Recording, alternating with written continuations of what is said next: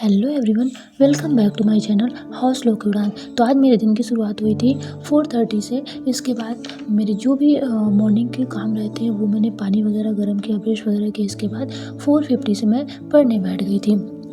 तो कल मैं मार्केट गई थी और मैं अपने लिए एनसीईआरटी की इस क्लास साइंस की बुक लेकर आई हूँ और साइकोलॉजी की 11th और 12th की लेके आई हूँ। तो मैं सीडीपी ना पहले सबसे पहले एनसीईआरटी ही कवर करूँगी, उसके बाद मैं वो पढ़ूँगी, क्योंकि मुझे ऐसा लग रहा है कि मैं अगर एनसीईआरटी पढ़ लूँगी तो एनफ है, मोर देन एनफ है।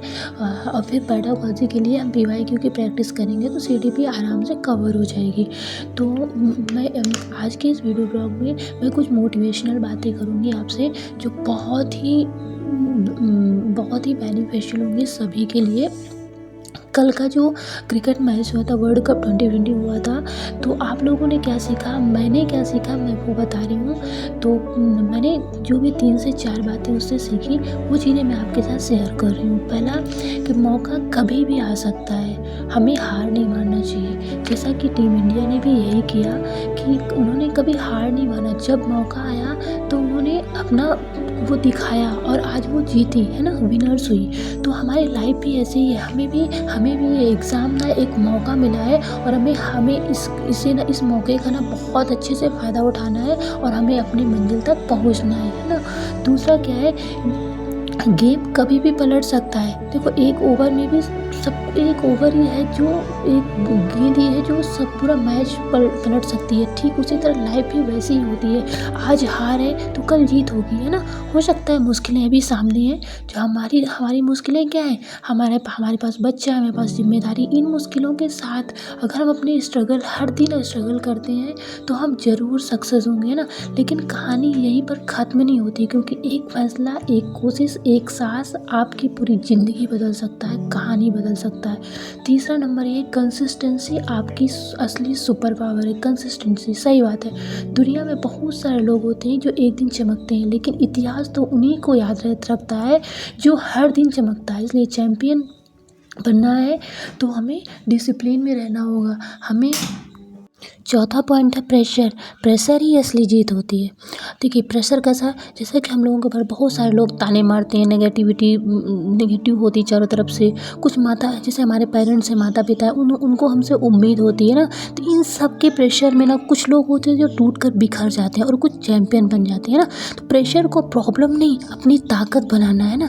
जब दबाव बढ़ जाता है तो हमें घबराना नहीं है, क्योंकि उसी दबाव में कुछ निखर जाते हैं और कुछ हीरो की तरह चमक जाते हैं, और हमें वही हीरो बनना है, चमकना है। 5th पॉइंट है विश्वास सबसे बड़ी पावर होती है। अगर हम अपने आप पे भरोसा रखते हैं ना तो हम कुछ भी हासिल कर सकते हैं ना। हर खिलाड़ी मैदान में उतरता है ना, इसी विश्वास के साथ उतरता है कि हम जीतेंगे।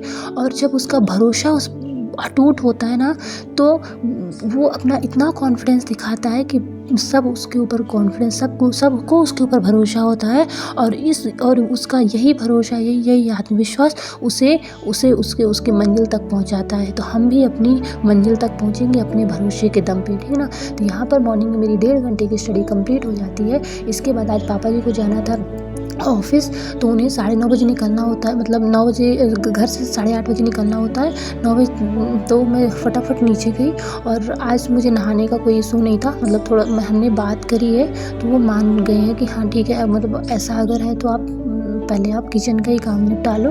तो क्योंकि मॉर्निंग में सुबह शिवा भी उठ जाती है तो फिर दिक्कत होने लगती है। तो जो फर्स्ट मेरा यही मानना रहता है, प्रायोरिटी वाले वर्क करो ना यार। लेकिन हो गया, लोगों की जो थिंक है तो उसे कौन बदल सकता है ना।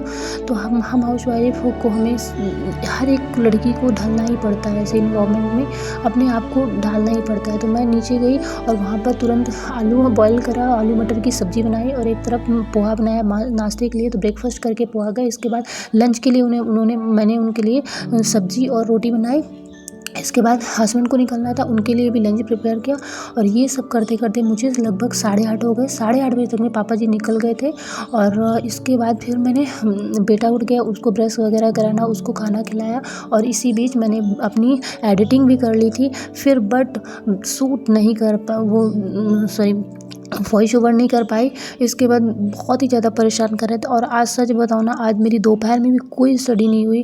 दोपहर में सिवा बिल्कुल नहीं सोए। हाँ, उनके साथ में सिर्फ रिवीजन होता रह गया, लेकिन जो एक फोकस्ड वाली स्टडी हो जाती थी 2 घंटे की, वो नहीं हुई। बट हाँ, आज जल्दी सो जाएंगे तो मुझे नाइट में 2 घंटे का समय वो मिल जाएगा।